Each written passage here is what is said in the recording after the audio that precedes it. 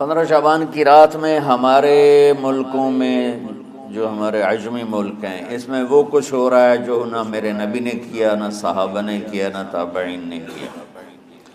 عجیب و غریب عبادات گھڑ لی ہیں، عجیب و غریب اس کے اعمال بنا لیے ہیں اپنی طرف سے، اور مسجدیں بھری ہوتی ہیں اور روشنیاں لگی ہوتی ہیں اور آتش بازی ہو رہی ہوتی ہے۔ میرے نبی نے اس رات کی فضیلت بتائی، عمل کوئی نہیں بتایا۔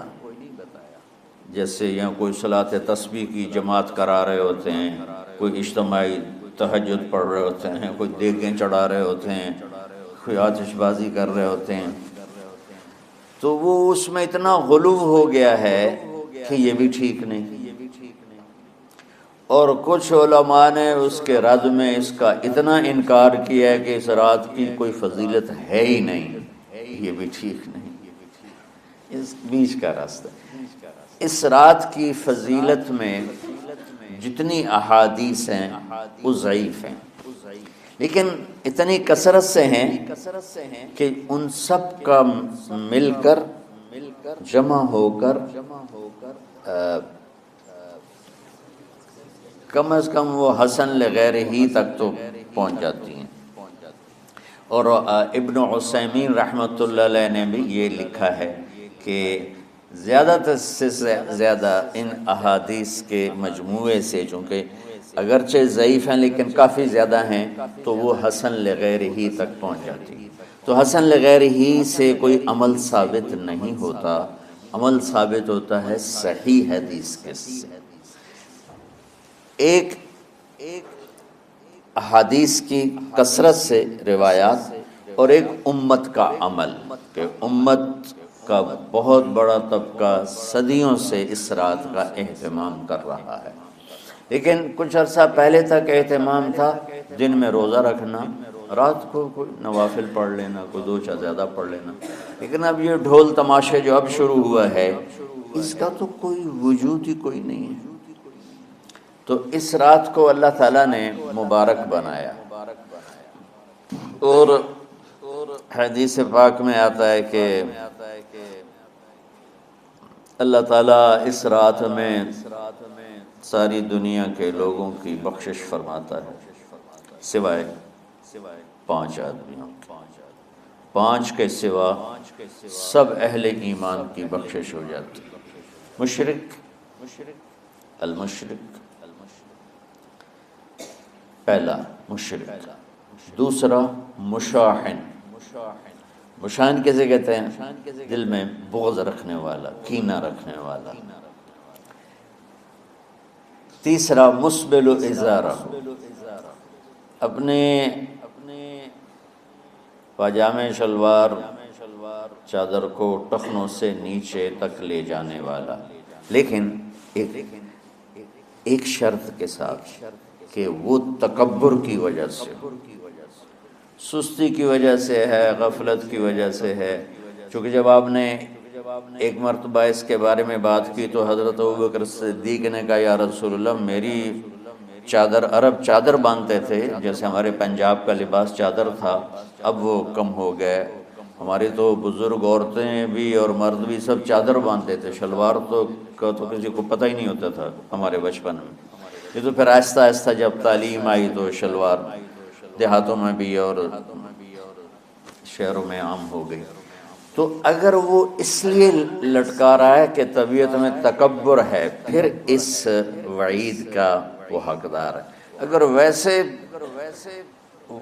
اس کی نیچے جا رہی ہے تو میرا مالک ایسا، وہ تو ہے ہی رحیم و کریم، ہے ہی رحیم و کریم، ہے ہی رحیم و کریم، صرف شلوار نیچے لٹکانے سے وہ اتنی شدید سزا دے۔ اگر اس کے پیچھے تکبر ہے پھر ہے، یہ تکبر نہیں ہے تو انشاءاللہ وہ اس سے محفوظ ہوگا۔ تو اپنی چادر کو لٹکانے والا، لیکن بشرط تکبر۔ کتنے ہو گئے؟ عاق لوالدیہ، ماں باپ کا نافرمان، نافرمان ایسا کہ دکھ دینے والا. چھوٹی موٹی اونچ نیچ تو ہر بچے سے ہو جاتی ہے، نہیں جن نے والدین کو ٹکڑے ٹکڑے کر دیا اور ان کو دکھ دے دے دے دے کے ان کا سینہ چیر دیا ہو. کیونکہ آپ کہتے ہیں پرزے پرزے کرنا کسی چیز کو، تو اپنے دکھ دے کر اپنی بدتمیزی کے ساتھ اس نے ماں باپ کا دل زخمی کر دیا ہو، ایک یہ نہیں معاف ہوتا. پانچواں مدمن خمر، مسلسل شراب پینے والا، مستقل جو شراب کا عادی ہو. ان 5 کو مؤخر کر دیا جاتا ہے. معافی نہیں ہونے کا مطلب یہ نہیں کہ اللہ تعالیٰ کبھی معاف نہیں کرے گا. معافی نہ ہونے کا مطلب یہ ہے کہ یہ 5 ایسے گناہ ہیں کہ اس کی وجہ سے بخشش رک جاتی ہے. اگر وہ شرک سے نکل آئے، وہ کینہ سے نکل آئے، وہ تکبر سے نکل آئے، وہ والدین کی نافرمانی سے نکل آئے، شراب چھوڑ دے، تو ان کی بھی بخشش ہو جاتی. جب کوئی توبہ کرے گا فوراً بخشش ہو جائے گی. نہ 15 شعبان کی ضرورت ہے، نہ لیلۃ القدر کی ضرورت ہے، نہ بیت اللہ جانے کے ساتھ توبہ کی شرط ہے. جہاں بھی وہ بیٹھ کے توبہ کرے گا، جس لمحے میں کرے گا، اسی وقت اس کی توبہ قبول ہوگی اور اللہ اس کے پچھلے سارے گناہوں کو معاف فرما دے گا.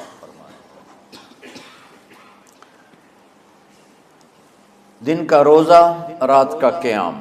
زیادہ زیادہ قیام سے مراد نوافل ہیں، کوئی گھر میں پڑھ لے، کوئی مسجد میں پڑھ لے. نوافل نفلی عبادات گھر میں ہی افضل ہوتی ہیں. میرے نبی سنتیں ہمیشہ گھر سے پڑھ کے آتے تھے. تہجد اپنے گھر میں پڑھتے تھے، مسجد میں نہیں پڑھتے تھے.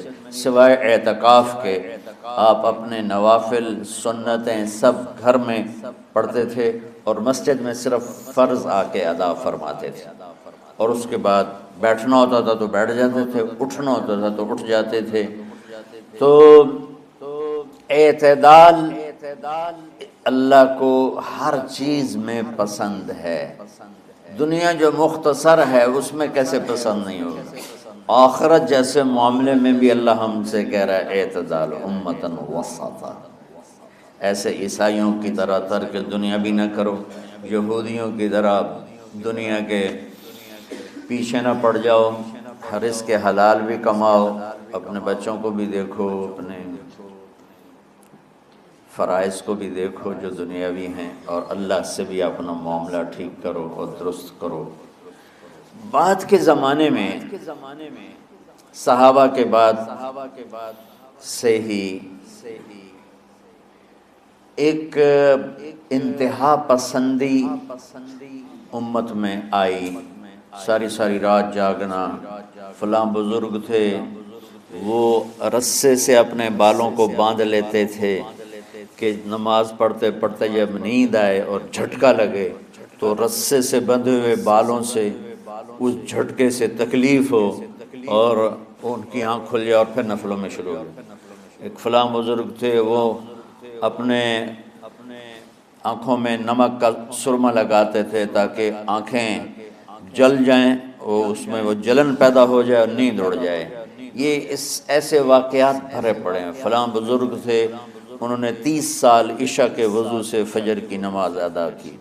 یہ اپنی جگہ پہ بزرگی ہے، لیکن یہ بھائیو یہ دین ہم پیش نہیں کر سکتے.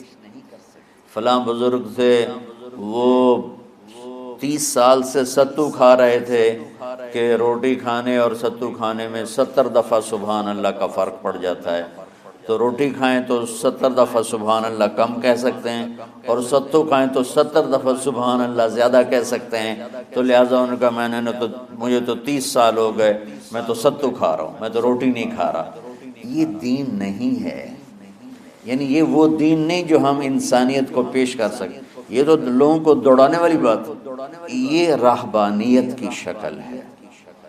یہ وہ دین نہیں جو ہم لوگوں کو پیش کریں گے تو وہ کہیں گے واہ واہ واہ واہ کیا دین ہے بھائی، قبول کرو.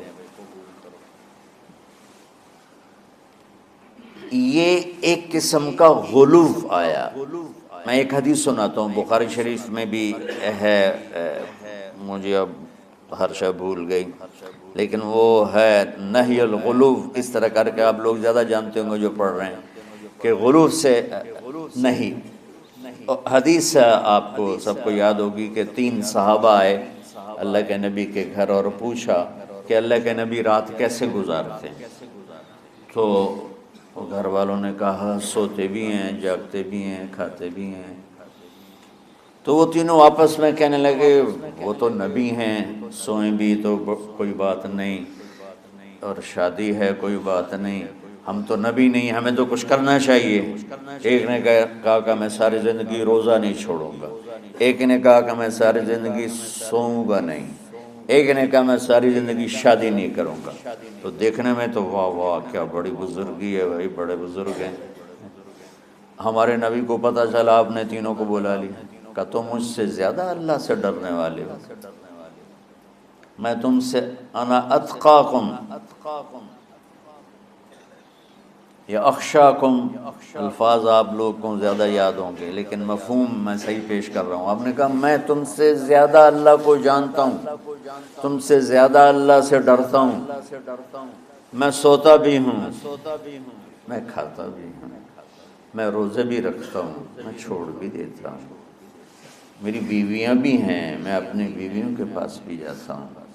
تم دین میں غلو سے بچو، پہلے امتوں کو ہلاک کر دیا دین میں غلو۔ دنیا میں غلو یعنی انتہا پسندی، ایکسٹریمسٹ ہونا، دنیا ہو یا دین ہو، دونوں میں اعتدال بچو، اللہ تعالیٰ کو پسند ہے۔